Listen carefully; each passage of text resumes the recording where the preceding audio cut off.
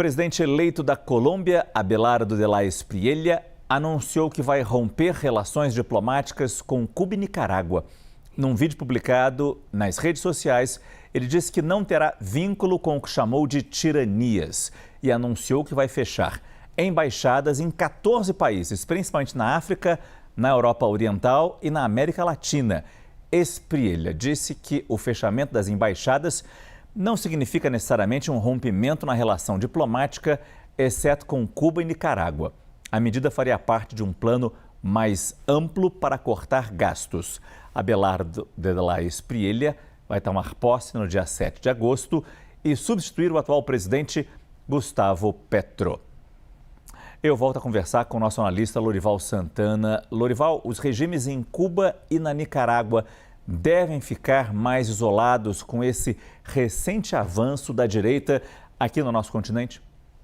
Sem dúvida, principalmente com também esse certo contágio, digamos assim, da visão ideológica, das disputas identitárias pela política externa, né, pelas políticas externas.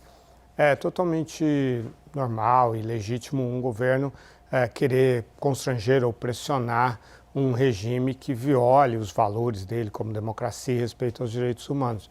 Mas desde que isso aconteça de forma coerente, né? Por exemplo, a Colômbia, a maior fronteira dela é com a Venezuela, que é um país que dificilmente pode ser classificado como uma ditadura que respeita os direitos humanos. E, na verdade, essa promessa de não ter vínculos com tiranias é bastante difícil de cumprir, né? O que ele fará com a Arábia Saudita e os outros países árabes do Golfo Pérsico, o que ele fará com a China, né? Com tantos países que são autoritários, né? Como é o caso realmente de Cuba e da Nicarágua, cada vez mais.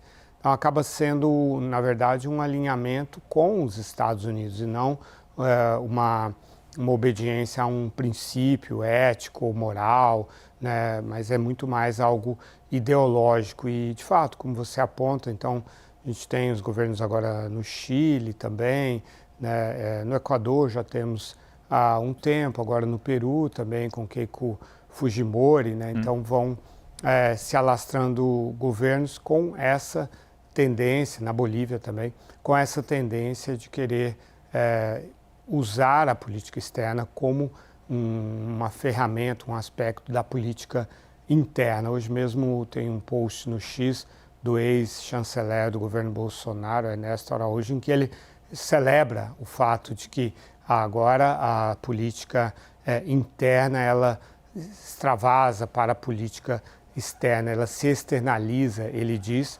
celebrando os ataques que o Javier Milei fez ao presidente Lula e ao presidente do STF. Então essa é uma visão estratégica, né, desse grupo conservador de que a política externa deve sim ficar subordinada às políticas, às disputas político-partidárias internas. Isso é complicado, porque a política externa deveria responder aos interesses nacionais e não aos interesses do governo de turno.